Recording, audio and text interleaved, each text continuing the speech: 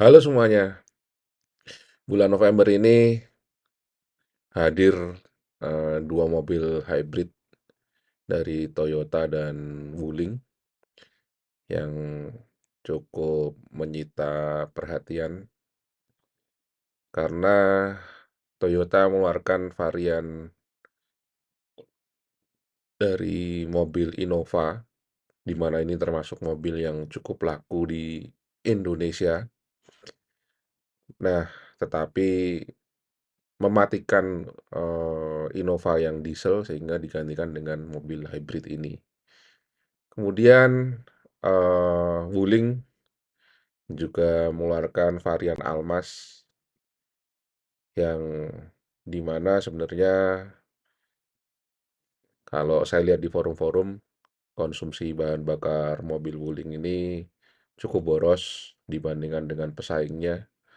Tetapi, dengan kehadiran hybrid ini menjawab semua tantangan mengenai borosnya bahan bakar yang dikonsumsi mobil non-hybridnya dari Wuling. Saya tidak membahas fiturnya, dari mobil hybrid karena sudah banyak sekali video mengenai spesifikasi dan kalian bisa juga searching di internet. Tapi saya akan membahas sebenarnya dengan fitur hybrid ini lebih murah, apakah konsumsi bahan bakarnya juga signifikan terhadap perbedaan harga yang harus kalian bayarkan karena harus membeli fitur dari hybrid ini dimasukkan ke dalam mobil gasolin. Berikut data-data yang bisa saya kumpulkan dari internet, yaitu untuk Toyota ini harganya berdasarkan website, tipe gasolin di angka 419 juta dan di hybrid versi termurah keduanya di angka 458 juta. Sehingga perbedaan harga dari masing-masing tipe tersebut ada di angka 39 juta rupiah. Untuk konsumsi bahan bakar saya ambil dari beberapa website, salah satunya dari kompas.com. Eh, Diinformasikan untuk gasolin dikatakan bahwa menggunakan mesin tipe baru sehingga lebih hemat mendap untuk kilometer per liternya bisa mendapatkan angka 15 dan tipe hybridnya bisa mendapatkan angka 21 kilometer per liter. Cuman kalau berdasarkan dengan data konsumsi bahan bakar Innova selama ini, sebenarnya yang pernah saya dapat itu di angka 8,1 kilometer per liter. Tapi ya kita ambil saja data berdasarkan wawancara tersebut. Untuk harga Pertamax-nya diambil per hari ini di angka 13.900 dan asumsi rata-rata per tahunnya saya asumsikan di 15.000 kilometer. Dari data-data ini bisa diambil kesimpulan bahwa biaya BBM untuk gasolin didapatkan angka di 13.900 per tahun dan biaya BBM hybrid di angka 9,9 juta per tahun. Untuk membandingkannya, maka pada tahun pertama dan selanjutnya saya anggap itu rata-rata di 15.000 ya. Nah, kita bisa lihat pada saat tahun pertama angka 419 ini ditambahkan dengan 13.900 maka didapatkan 432.900. Begitu juga hybrid dari 458 ditambahkan 9,9 didapat 467. Maka bila dikurangkan, saya tidak menghitung berdasarkan adanya inflasi dan sebagainya, saya anggap semua itu flat selama beberapa tahun. Perbedaannya masih cukup signifikan di 35 juta dari tadinya 39 juta di tahun pertama masih ada 35 juta. Nah, dari sini bisa dilihat bahwa pada tahun ke-10 ternyata eee, hybrid ini baru terjadi lebih murah dibandingkan dengan gasolin. Bayangkan butuh waktu 10 tahun untuk perbedaan harga 39 juta ini. Ini sebenarnya banyak faktor. Pertama, kenapa? Karena di sini diinformasikan ada di kilometer per liternya ada di 15 kilometer per liter dan hybridnya 21. Ini karena hybrid ini jadi lebih tidak terlalu signifikan dengan menambah,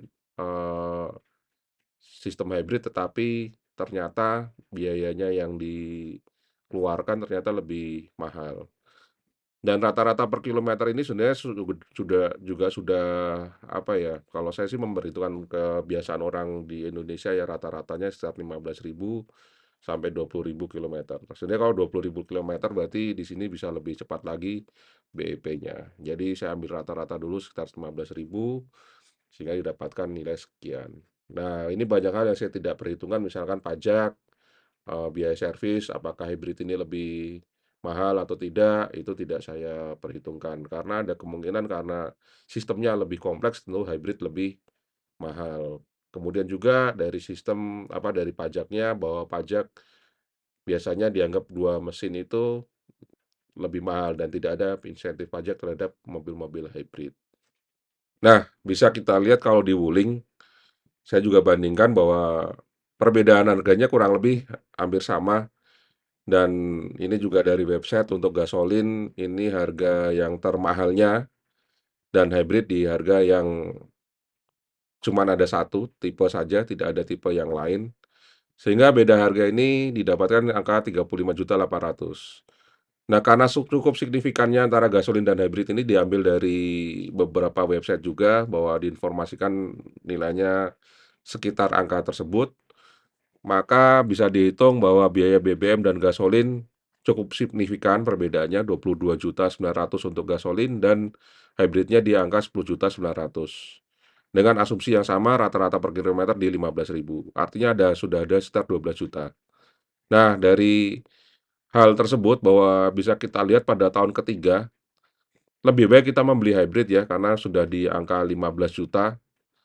15.200 itu sudah BEP di tahun ketiga dan seterusnya tentu lebih hemat sehingga pada tahun ke-10 pun, mendapatkan penghematan sekitar 83 juta bila kita menggunakan hybrid. Ya ini banyak hal tadi ya seperti saya informasikan ada biaya servis dan biaya pajak ini bagaimana terhadap mobil hybrid. Ya jadi saya hanya melihat dari sini dari sisi konsumsi bahan bakarnya seberapa worth it kalian harus bisa apa, untuk membeli mobil hybrid ini.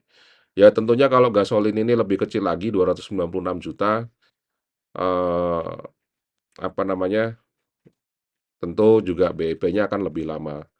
Nah, capital cost yang lebih tinggi ya tentunya juga akan berpengaruh terhadap atau biaya kalian mengeluarkan, pembelian mobil lebih besar tentunya juga membebani keuangan kalian lebih berat lagi.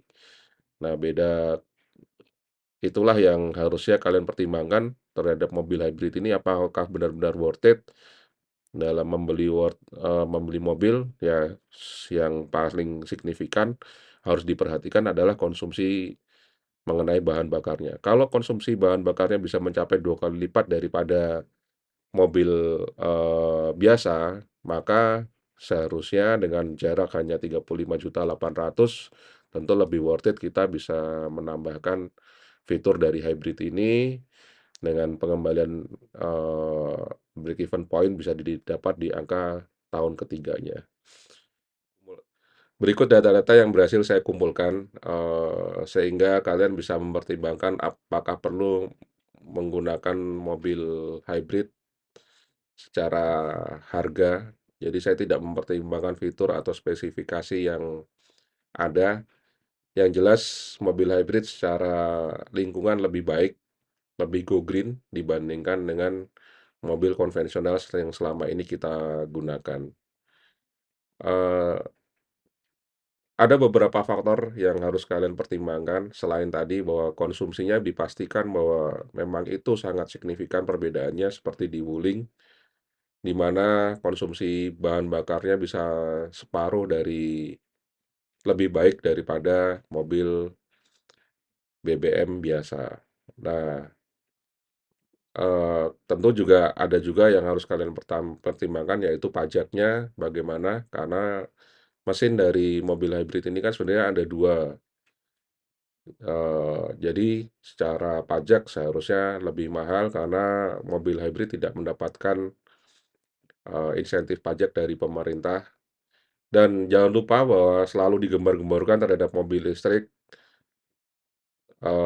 mobil hybrid itu pasti ada baterainya, dan banyak orang khawatir dengan baterai dari mobil listrik, tentunya di hybrid ini juga sama, mengganti baterainya berapa biaya yang dibutuhkan,